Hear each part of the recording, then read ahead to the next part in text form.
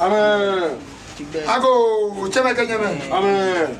Wani waji se alo. Wani shi. Be no chu. Chama kanyame fe ade ake. Lele. Mene. Ni ajimi kataka. Niji wo fe woche. Ni jan opian kese ye. Ebuye. No money amekanyo afi. Da ne amebi amiye. Kusun ni amefio. Mene wo hu ehye wo. No na woda no wo hie. Wa ho ebe. Ye wo ka bi ebe sa no ka da so ehye wo ha me. Ko ni ka wo hwa ni ameyiye, ko ni amenu ngomo. O. Chemekanyame. Amen. Ago chemekanyame. Amen. Ah bebe ni wo ko nu pa. Ke ha jan we fe ye gbe ke ne. E ka fi eya eba. Afi ne ni eto. Ijo wulu ke ha jan we no na fio ni aha ni ma na ke lele. Ato ma che. Ni aho ni chef ehia na kwayo. E ke menen na twane. Wo shi pe ye bi na fe twa ake. No ni sa ka no ni ja no ji no ni efe. Mene ababa cheme kenyemani ke wan bi efe ko ni mo fe mo na ko ye ko ni akejo mo papa apla se efe ke bi efe no ni o ko ri pa eyegbe iwe ko pa ke eyin da to ko me e fo ko ke sueshi ke ha cheme ake mene me twane ahoni ebe akako nuda oyoni ni ko ye ni wonu oda e ke nye ha me dambe na menu shimo kekle eken bia megbe ko ni jo ma fe wo no wo yen da to ko me kehenu de ha me ko na menu na me jo papa ba jo me fe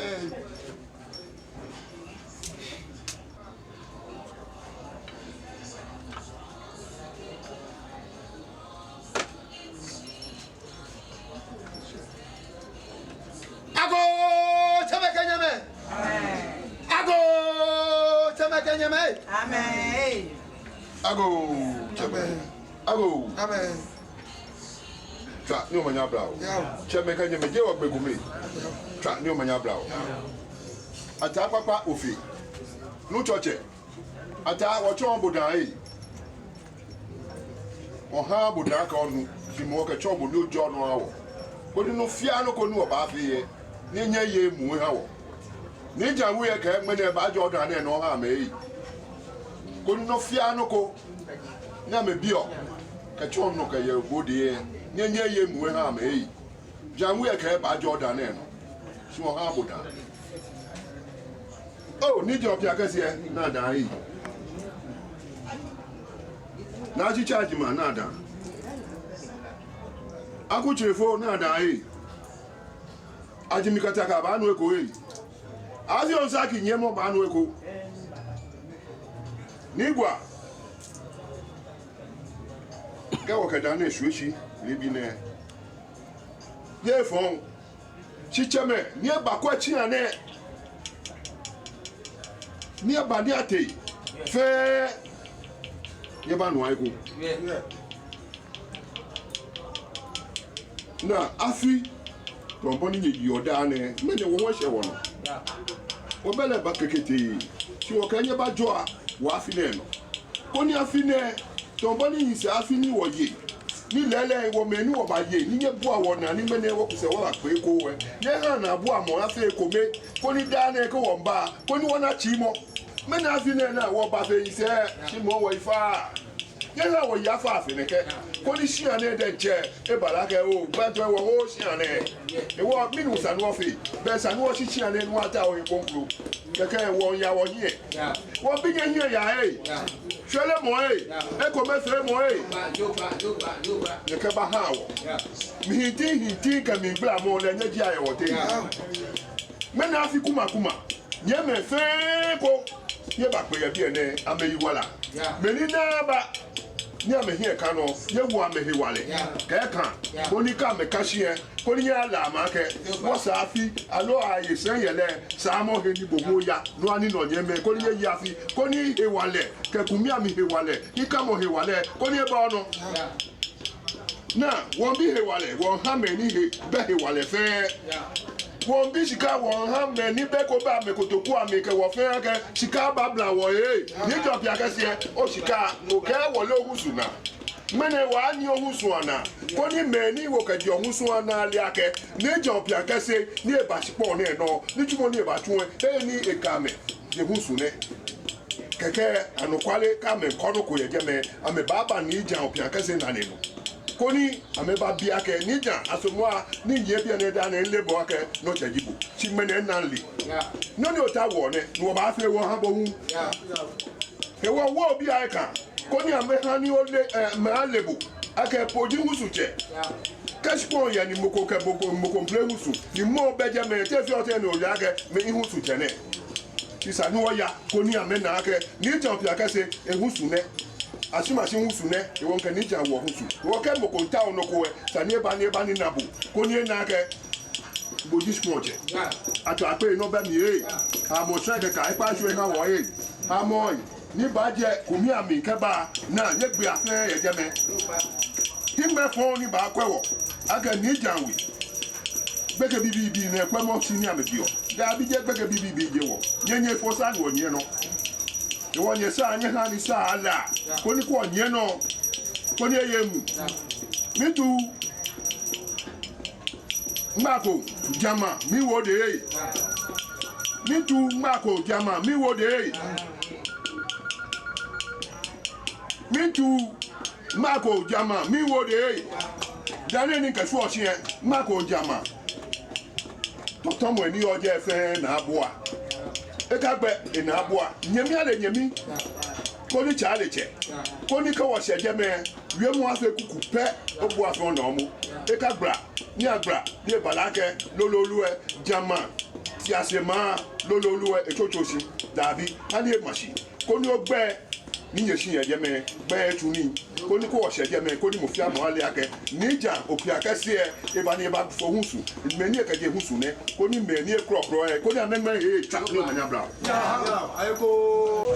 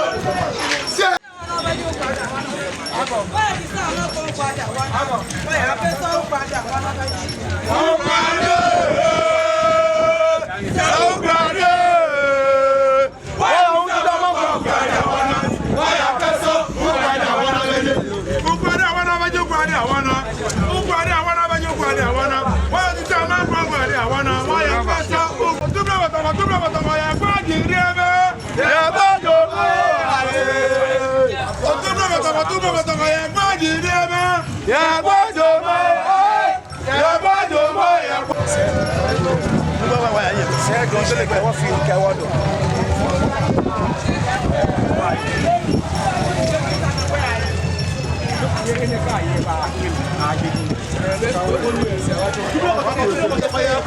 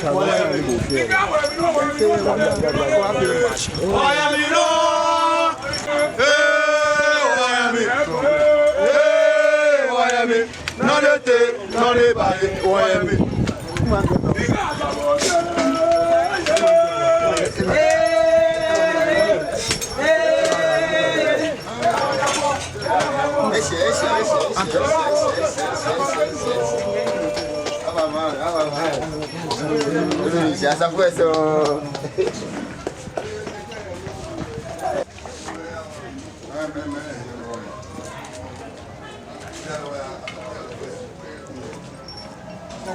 Qual?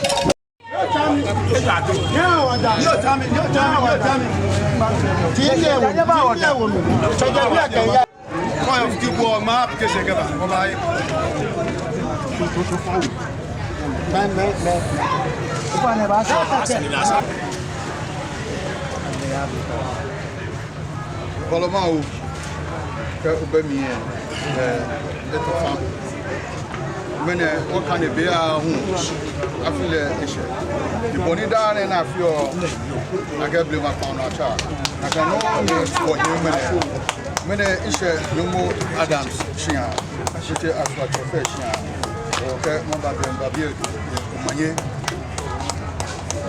hemo ke yeli no fiano ni wosho e ba sho yin pepe wasa afile mo hishine ke no ke moko ni hela yele hela akie aha wo wale aha wo shika Solomon afi wo no jolo afi wo no baby video wo te a ajaje fe aha ni dromo afi wo no tani umanya ba nya wa sama ba ukari awana wa apeso ukari awana Iko tu block atako e kwa jide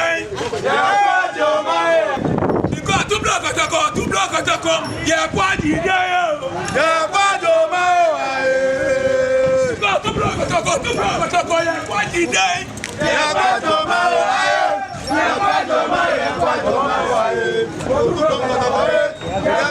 ma Mata bi o baba. Ojo gba ara ju. Iye. Yanya so yanya ba. Yanya so. Iye yanya ba. Yanya so. Ye paswa. Ojo gba ara ju. Iye. Yanya so yanya ba. Yanya so. Iye yanya ba. So, yeah, paswa.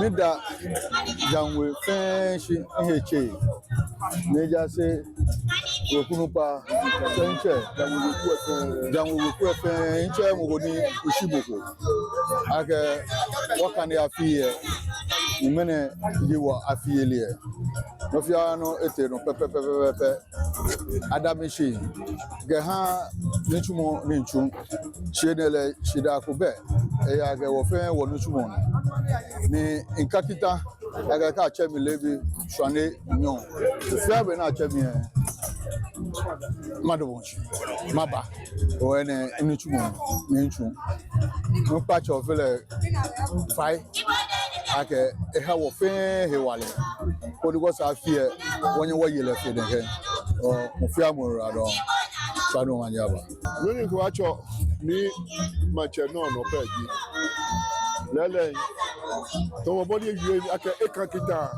na kan eyiwa don ake ona manche to mole ni eli ake kan kita wo ka chele lebi swade gbeke edomoshi shi wa safobi ke wonye me ko me ameka kita shi amenye panu aka ameka kita nínú wo ka cha me keke amegba me don kom nínú wo ana woli amomo da woli ame agbena ni ewo ame ba don ko ame wo tafra che wo shi wo ka wo bo wo ba je yo nini ko ni o don ko mo ko ni a don ko re ni o ba don ko ye tafra che akeko ni tumo fa o tuwo fe wo ka na wo bo asafo ache ala wo bo noko ye weku na mi ni oli ago ke wo awo bo wo ba na wodo onika ache bo ni ko wa o don ko wo ni ole Davida wo inga ese benisa ni manche ka sisi bi fe mo fi amawe inga ko ni no ni si oni tumo sa no kwa no ni otu